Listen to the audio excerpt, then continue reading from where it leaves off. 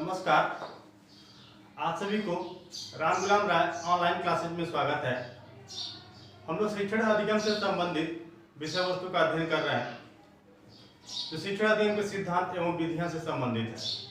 पिछले वीडियो में हम लोग प्रतिमान क्या है और प्रतिमान के प्रमुख घटक कौन कौन से हैं उसके बारे में अध्ययन किया था, जिसमें से हमने प्रमुख रूप से देखा था जो प्रतिमान के जो प्रमुख घटक है जिससे प्रतिमानों का निर्माण होता है और इन प्रतिमानों के माध्यम से सिद्धांत बनते हैं या सिद्धांत बनाने के लिए प्राथमिक सामग्री तथा वैज्ञानिक आधार प्रस्तुत करते हैं। जैसा कि हमने देखा कि जो शिक्षण के जो प्रतिमान है ये शिक्षण के अनुदेशात्मक उद्देश्यों की प्राप्ति में सहायक है या शिक्षण के अनुदेशात्मक उद्देश्यों की प्राप्ति के लिए निर्मित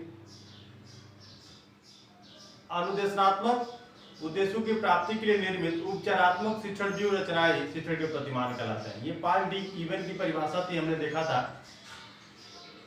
यानी कि अनुदेशात्मक उद्देश्यों की प्राप्ति के लिए जो उपचारात्मक शिक्षण किए जाते हैं उसी का नाम शिक्षण प्रतिमान है।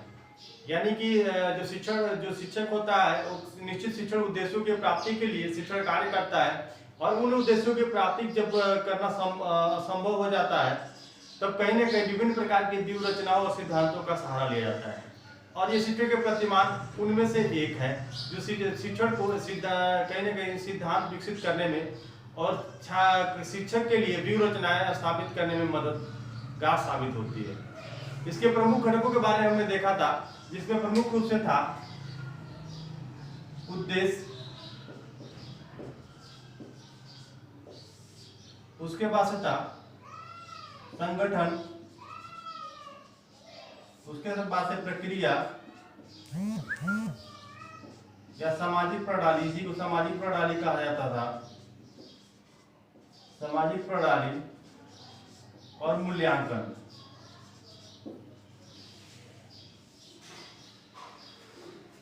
उद्देश्य में सबसे पहले हमने देखा था यानी कि शिक्षण कार्य करते समय एक निश्चित उद्देश्यों का निर्धारण होता है और उन्हीं उद्देश्यों की प्राप्ति के लिए शिक्षण कार्य किया जाता है।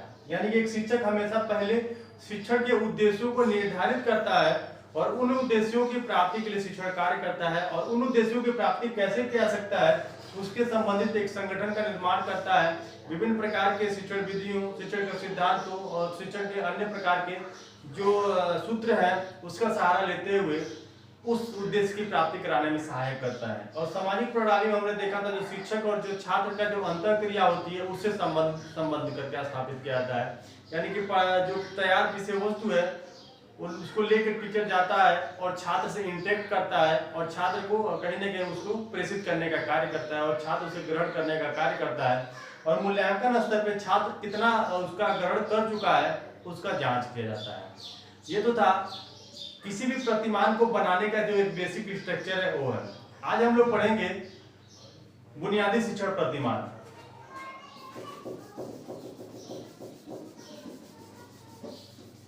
बुनियादी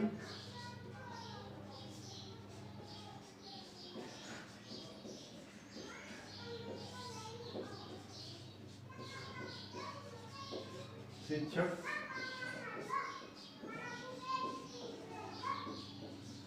प्रतिमान,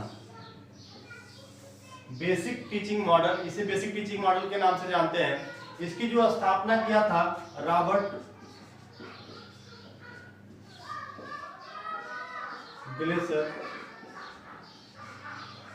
ग्लेसर ने बेसिक टीचिंग मॉडल की स्थापना किया था 1962 में। 1962 में रॉबर्ट ग्लेसर ने एक टीचिंग मॉडल की स्थापना किया था जिसे हम बुनियादी शिक्षण प्रतिमान के नाम से जानते हैं और ये मनोवैज्ञानिक शिक्षण प्रतिमानों पर आधारित है। जैसा कि हम बात कर रहे हैं कि शिक्षण के प्रतिमान कितने प्रकार के होते हैं, तो शिक्षण के प्रतिमान कई प्रकार के होते हैं, जैसे ऐतिहासिक प्रतिमान, दार्शनिक प्रतिमान, मनोवैज्ञानिक प्रतिमान और आधुनिक प्रतिमान। उसी तरीके से जो प्रतिमान है बेसिक टीचिंग मॉडल या बुनियादी शिक्षण प्रतिमान जो रॉबर्ट ग्लेसर ने 1962 में स्थापित किया था, ये जो प्रतिमान है ये मनोवैज्ञानिक सिद्धांतों पर आधारित प्रतिमान है। और ये जो हमने देखा था उद्देश्य, संरचना, उसके बाद सामाजिक प्रणाली और जो मूल्यांकन है इसी के आधार पर ये निर्मित है और इसके बारे में आज हम लोग अध्ययन करेंगे। सबसे पहला जो था अनुदेशात्मक उद्देश्य,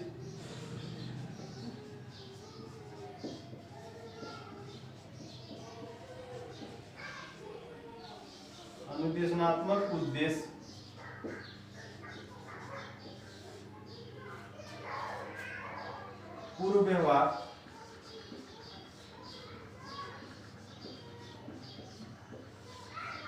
सामाजिक प्रणाली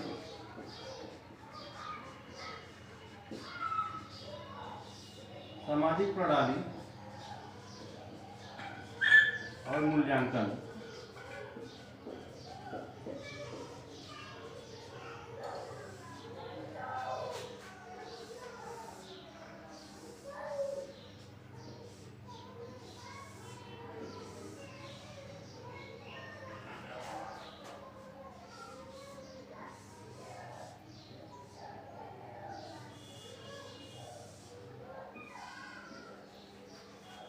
ये इसका बेसिक डिजाइन है, यानी कि इधर यहाँ से होते हुए यहाँ तक चलता है। सबसे पहले हम देखेंगे अनुदेशात्मक उद्देश्य, यानी कि हम जब देखे हैं शिक्षण कार्य करते समय एक कहीं ना कहीं एक निश्चित उद्देश्य होता है और उसी उद्देश्य की प्राप्ति के लिए शिक्षण कार्य किया जाता है। और एक शिक्षक उन उद्देश्यों का निर्माण शिक्षण कार्य करने से पहले ही उन शिक्षण के उद्देश्यों का निर्माण कर लेता है। और हम देखे थे कि जो शिक्षण के उद्देश्य हैं तो ब्लूम का जो वर्गीकरण देखा गया था उसमें अलग अलग प्रकार से है, यानी कि ज्ञान, बोध और कौशल के आधार पे इन उद्देश्यों का वर्गीकरण किया जाता है। और ये जो उद्देश्य होते हैं कहीं ना कहीं विषय वस्तु के आधार पे होते हैं, यानी कि जिस प्रकार का विषय वस्तु होगा उस प्रकार के विषय वस्तु से छात्र क्या क्या सीखेगा और क्या क्या समझेगा और क्या क्या उसके व्यवहार में परिवर्तन होगा या क्या क्या वो अपने दैनिक क्रियाओं में उस अध्ययन को उपयोग में लाएगा। ये तमाम प्रकार की जो चीजें होती हैं एक जो शिक्षक होता है अपना शिक्षण कार्य करने से पहले ही उन उद्देश्यों को निर्मित करता है और उन्हीं उद्देश्यों के निर्माण के लिए शिक्षण कार्य करता है, यानी कि उसी उद्देश्यों की प्राप्ति के लिए शिक्षण कार्य करता है। यानी कि जो अनुदेशात्मक उद्देश्य है ये शिक्षण के उद्देश्य से संबंधित है, यानी कि एक शिक्षक जो है उन उद्देश्यों की प्राप्ति के लिए जो अनुदेशात्मक उद्देश्य तैयार करता है ये अनुदेशात्मक उद्देश्य है। और पूर्व व्यवहार से तात्पर्य यानी कि छात्र उस उद्देश्य से संबंधित पहले से क्या जानकारी रखता है या उस विषय वस्तु से संबंधित क्या जानकारी रखता है, ये सबसे ज्यादा महत्वपूर्ण है। यानी कि जब छात्र जब उस विषय वस्तु के बारे में थोड़ा सा भी जानकारी रखेगा तो कहीं ना कहीं उससे आगे उस विषय वस्तु से जोड़ने में सहायक होगा। अगर छात्र पूर्व व्यवहार छात्र जो है पूर्व ज्ञान ही नहीं रखेगा तो हम नवीन ज्ञान उसे नहीं प्रदान कर पाएंगे। सबसे पहले तो हमको पूर्व ज्ञान देना पड़ेगा, तदुपरांत हमें उसे नवीन ज्ञान की ओर लेके जाना पड़ेगा। इसलिए जो पूर्व व्यवहार है छात्र का यहाँ पूर्व ज्ञान से संबंधित है, यानी कि छात्र पहले से उस उद्देश्यों के बारे में उस विषय वस्तु के बारे में क्या जानकारी रखता है ये यहाँ जानना जरूरी है। और उसी के आधार पे हम विभिन्न प्रकार के यहाँ पे व्यूह रचनाओं की स्थापना करते हैं और यहाँ पे जो व्यूह रचनाएं हैं उन व्यूह रचनाओं के माध्यम से जो छात्र और जो शिक्षक का जो अंतःक्रिया होती है यहाँ पे देखने को मिलता है।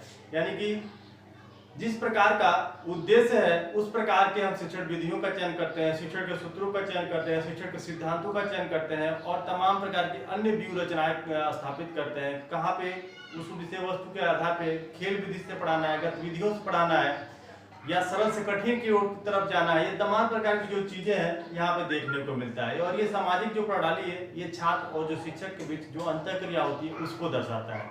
यहाँ पे जो शिक्षक है जो उद्देश्य निर्मित किया हुआ है और तमाम प्रकार की जो विषय वस्तु तैयार किया हुआ है उसे छात्र को प्रेषित करने का कार्य करता है और जो छात्र होता है उसे ग्रहण करने का कार्य करता है।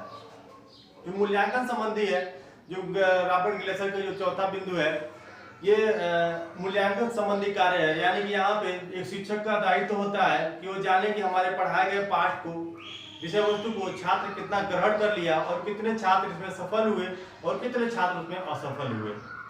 इसकी जानकारी के लिए जो शिक्षक होता है वो मूल्यांकन से संबंधित कार्य करता है और मूल्यांकन के संबंधित कार्य करने के उपरांत एक शिक्षक को ये भली बात अवगत हो जाता है कि जो हमारे पढ़ाए गए पाठ है उसको जो छात्र है कितने छात्र ग्रहण कर चुके और कितने छात्र ग्रहण नहीं किए हुए हैं।